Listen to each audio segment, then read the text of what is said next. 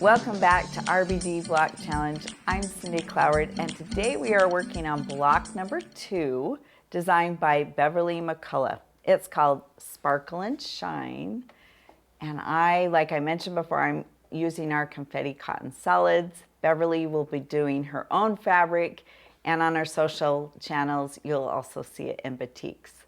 So it's fun to see the same pattern in all different fabrics. So the first thing you need to do to get started, of course, is download the Sparkle and Shine pattern from our Riley Blake Designs website. Here is the pattern. I'm going to put it over here. And I've already cut out and labeled my pieces, and now it's time to get started. So this is a really bright and fun block, and you'll notice in all the corners are half square triangles. So let's get started with those. We're going to take our A squares and our D squares, and you're going to mark these corner to corner if you don't have a Seam So Easy guide. So I'm just going to mark one. Okay, so we're going to pair that with our lime green squares.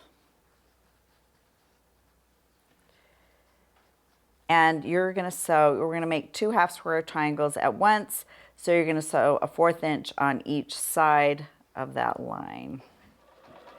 Going to sew a skosh less than that 1/4 inch to just make sure I've got plenty of room for the half square triangle. So when you've got a Seam So Easy guide and you're doing a 1/4 inch, you're going to line up that tip or that corner of your fabric and then the corner of the line on the bottom here. So you can see that. And we are chain piecing, so we'll line that up on the side there and at the bottom here.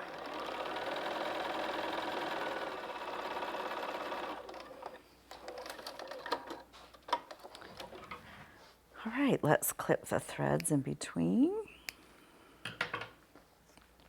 Get our 1/4 inch ruler and just cut down right in the middle.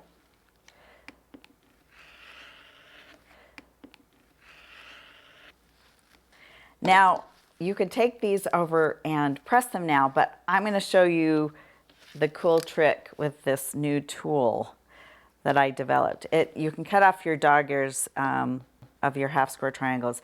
And what you do is there's a line here to line at the top of your half square triangle, and then you line up this 1/4, you line up right here on the side where you just cut your 1/4 inch seam, and you trim off that dog ear.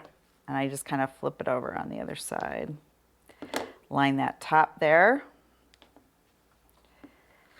Then you trim your second dog ear. So you don't have to trim them later. And that's what's super handy about this tool. That's why it's called 1/4 inch plus. I use it mainly to get my 1/4 inch from my seam. But the plus is every once in a while when you're got these dog ears you want to trim off, that's the plus. If you don't know what dog ears are, when you press this open, when you do half square triangles, this method, you've got these 2 extra strips, or these 2 extra pieces of fabric, and that's what makes a dog ear. And you need to trim it. Well, I'm going to show you. I'm going to show you what I mean. You can trim it when you square these up too. So I'm going to leave this one without the dog ears cut, and these are the ones that will already be trimmed up. Because there's 2 ways to do that. So we got it like that.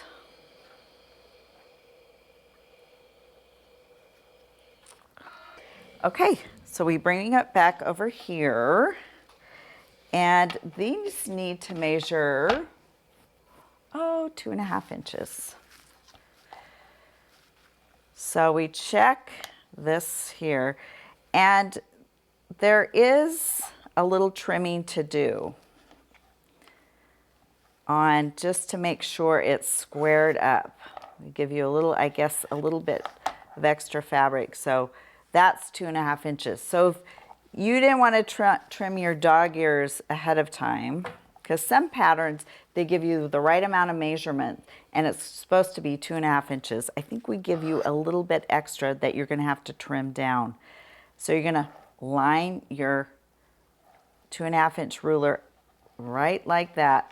And then you can trim off your dog ears when you're trimming up. It's just a little extra step, but it gives you the same results. The key is to just square up this 2.5 inch little half square triangle right now. So when you're ready to assemble it in your quilt, it's ready to go.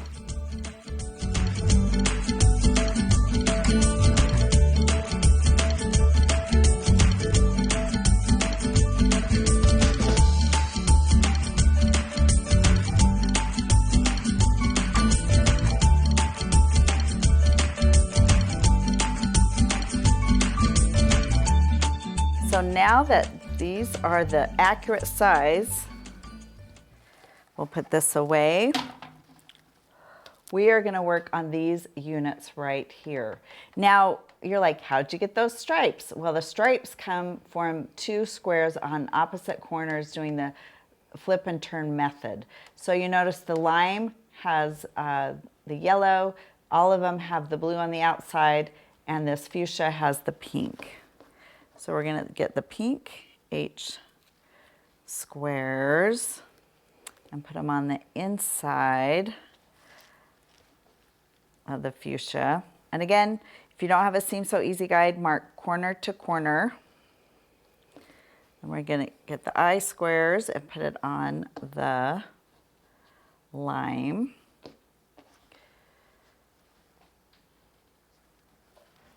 And you start with it right on the corner there, but you can just go just a skosh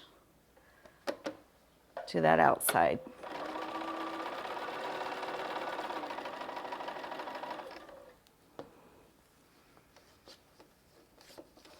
You have to flip that opposite.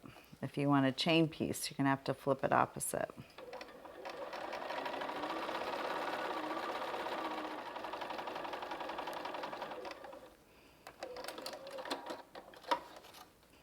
Okay, let's cut our threads.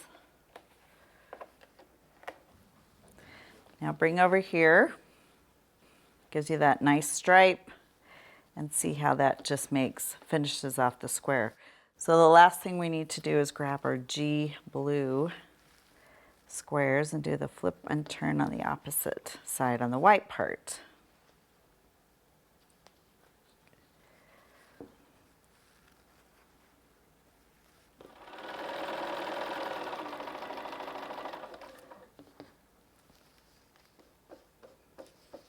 I'll flip it the opposite.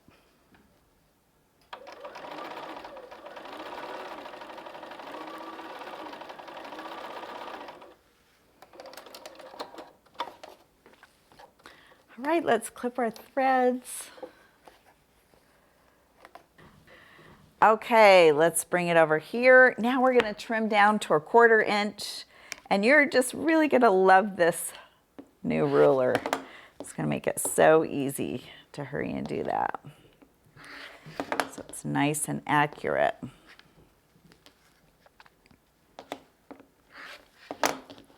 All right. So let's take it to our pressing station. Now, I never open my seams, but if you like to open your seams, this might be a good time to do that. But we want to nest these seams when we're sewing these together. So I'm going to press the seams in one direction. So I'm pressing towards the yellow on this unit. So everyone goes that direction.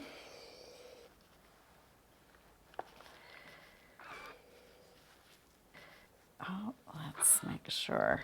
We want this to be a nice square. So take extra time to press. So those units are good to go.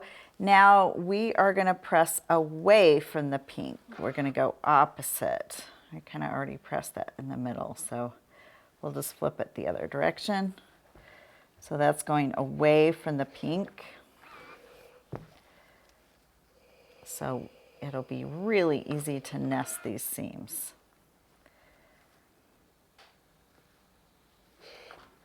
So what's going to be nice about assembling this together is you just really have a simple 4-patch to assemble. So these are going to be opposite corners. And let's do our 4-patch assembly. So we're going to flip this over to here, this over to here. And you'll see because we press those opposite, they're going to nest beautifully. So we'll get our little bird pins and nest those together, both seams on there.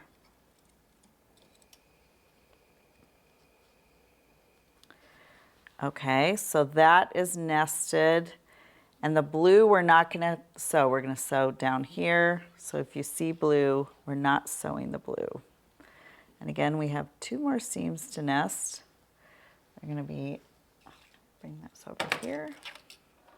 And I just do a scant less or a skosh less than a 1/4 inch.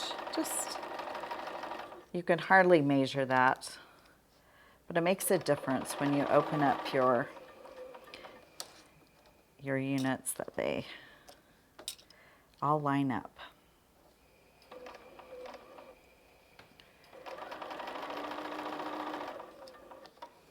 Okay, bring it back here.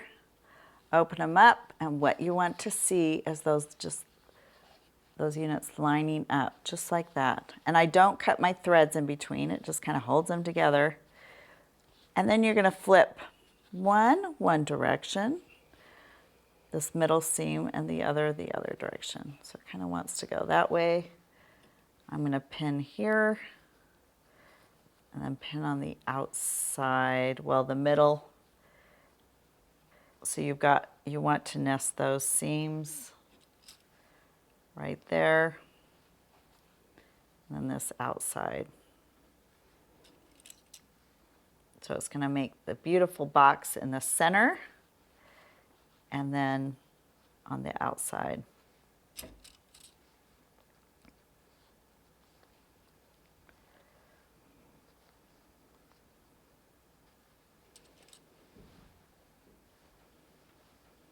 All right.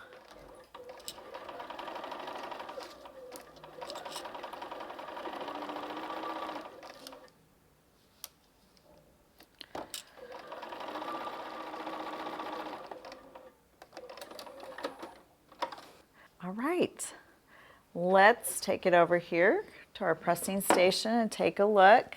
I look at it before I press everything, but that's what we want to see, that point right in the middle, and everything is lined up. So we can kind of give it a nice press on the back side. Now if you will have a little bulk in the middle, and when you're, since you've pressed it, all your fabrics and everything is stitched, is nice and warm. Everything you've stitched right in the center. So you can open this up and just move this opposite, that center seam, so it's opposite, so you have less bulk, like that. And then you can just give it another press on the back side. Okay, we got our center unit done. We just need to square it up. We're just gotta make sure it's a-okay. So 6.5 inch trim-it ruler. And we line it up just like that. And we wanna make sure these points are all inside this aqua line. And this one got a little bent over. Press that out. So we're good to go there, and line up that center section. We just have a tiny bit of trimming to do. It's a lot of little seams. So if we trim up now, it'll be better. Oh, don't let it shift. There is some grip marks underneath here, but be careful not to let it shift. Okay, there was just a tiny bit of trim up, and now this block is ready to go, right in the center. Sometimes the little bits add up to a lot, and then your block can be too big or too small. Okay, so we're gonna line these up by, we're putting these long strips on each side of the block, and then we have these corner half square triangles. Now they're facing towards in, they're facing in, so pay attention to the direction like that. And we're ready to sew together. I think I want to flip this way.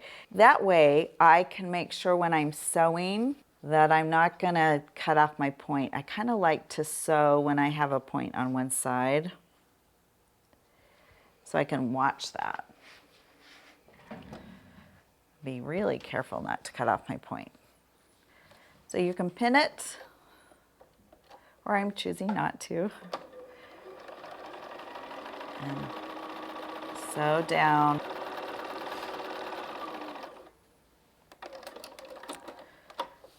Okay, let's bring that back here and open it up.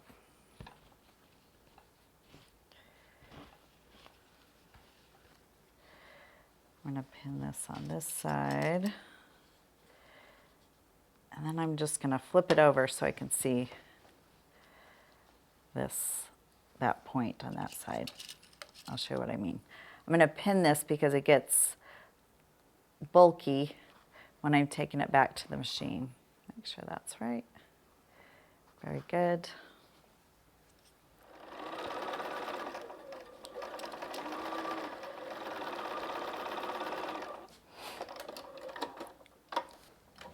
Okay, let's bring it back to our design board.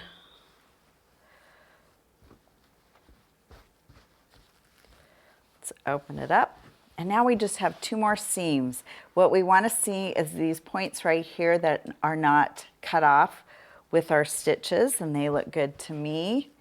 And now we just flip them over here. Now I'm going to nest these seams in the corner, but I'm going to sew on this side to make sure I don't cut off my point here.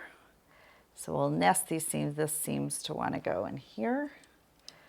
Flip one direction.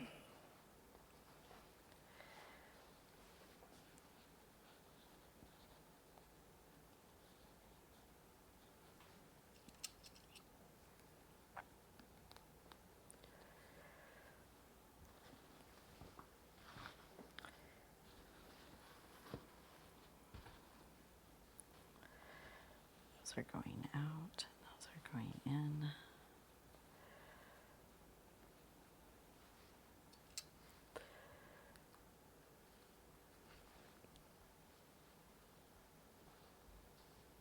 Okay, here we go. Now we're going to take it to the machine and sew our last 2 seams.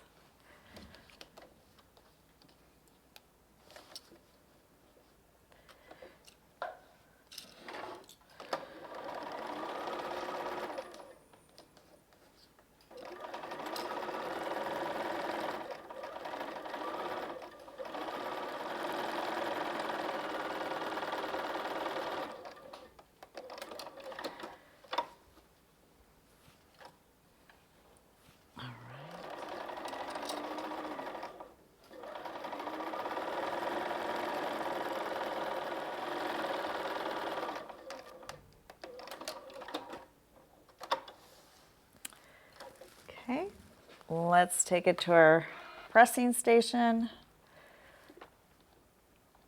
and open it up. See that point right on the edge. Perfect, that's just what we want to see.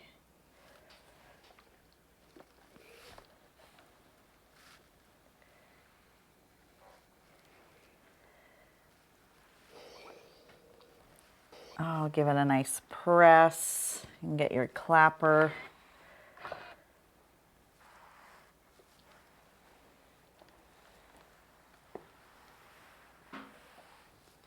Okay, looking good.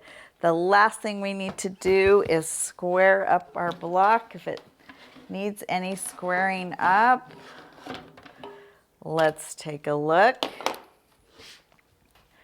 Again, the grid lines are so helpful. We just line them up in the center. And let's take a look, making sure all of our points are inside. And that is looking good. If your stitches are off, this is a good way to, if your block's a little bit bigger or smaller, this is a good way to evaluate, because you line everything up and say, oh, I must have taken a bigger seam here or a smaller seam. Okay. And that is looking good. I think it's good. Just trimming a thread or two. And the Sparkle and Shine quilt block is finished. We can't wait to see what Beverly McCullough does with her fabrics in this block, what hers looks like. So thank you for following along and sewing along with us. If you do finish a block, use the hashtag RBD Block Challenge. We'd love to see what you're working on. But join us next time for block number 3. It's designed by Amy Smart and it's called Dalesford. See you next time on the RBD Block Challenge.